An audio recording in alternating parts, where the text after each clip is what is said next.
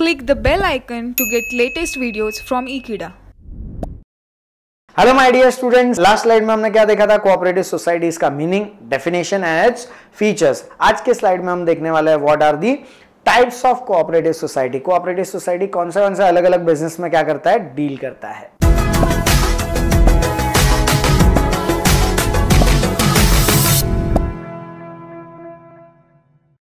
सबसे पहला है कंज्यूमर्स कोऑपरेटिव सोसाइटी। देखो ये क्या है, कंज्यूमर्स के लिए काम करते हैं। समझो ना, फॉर एग्जांपल किराना स्टोर्स खोल दिया, जनरल स्टोर्स खोल दिया, they work for consumers. Consumers के लिए जो कोऑपरेटिव सोसाइटीज खोले जाते हैं, that is called as consumers cooperative society. Second is credit cooperative society. What do mean by credit cooperative society?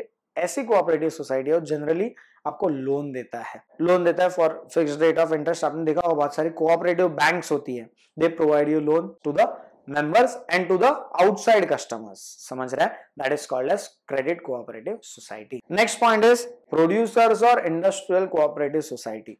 देखो what do you know producers who converts the raw material into finished goods, जिसका manufacturing activity है, जिसका production activity है, इन लोग का एक group मिला के क्या बनता है?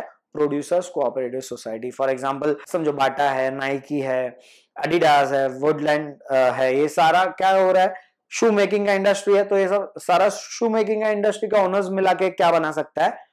शू मेकिंग का कोऑपरेटिव सोसाइटीज बना सकता है। समझ रहा है? फॉर एग्जांपल अलग अलग प्रोडक्ट का, टेक्सटाइल का अलग अलग ओनर्स मिलके क्या बना सकता है?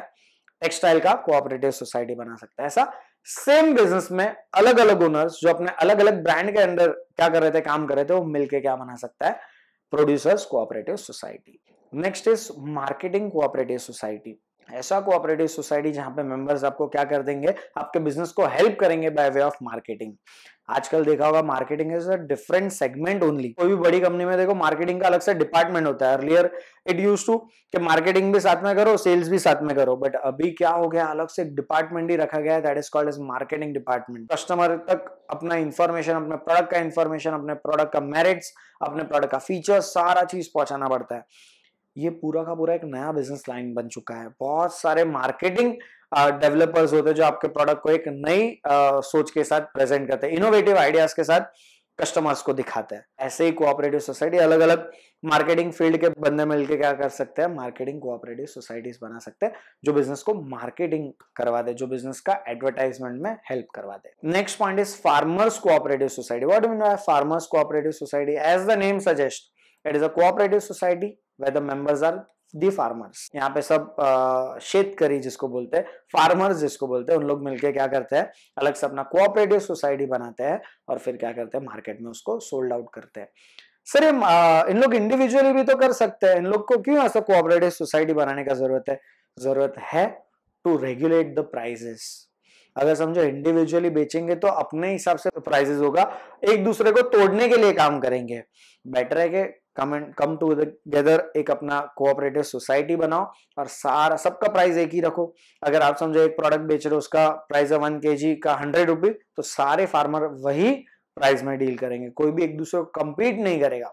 और जब भी इतना ज्यादा कंपटीशन नहीं होगा तो ऑब्वियसली सारे अच्छे से गेन करेंगे। ऐसा नहीं होगा कि एक बहुत ज्यादा गेन कर रहा है, एक बिल्कुल गेन नहीं कर रहा है, सब लोग एवरेज पे गेन करेंगे। इसके लिए क्या होता है? फार्मर्स कोऑपरेटिव सोसाइटी बनता है, ताकि देखो एक साथ अगर जुड़ गए ना सारे फार्मर्स, तो क्या होगा? उनका डिमांड भी रख सकते हैं, लोन का इंटरेस्ट कम करवा सकते हैं, गवर्नमेंट को कुछ ना कुछ फैसिलिटीज प्रोवाइड करने को बोल सकते हैं। आपने बचपन में स्टोरीज सुनी होगी, एक काठी दिया तो टूट गया, 5 काठी दिया एक साथ तो नहीं टूटा। सेम थिंग, अगर इन लोग का कोऑपरेटिव सोसाइटी एक यूनियन बनेगा तो क्या होगा?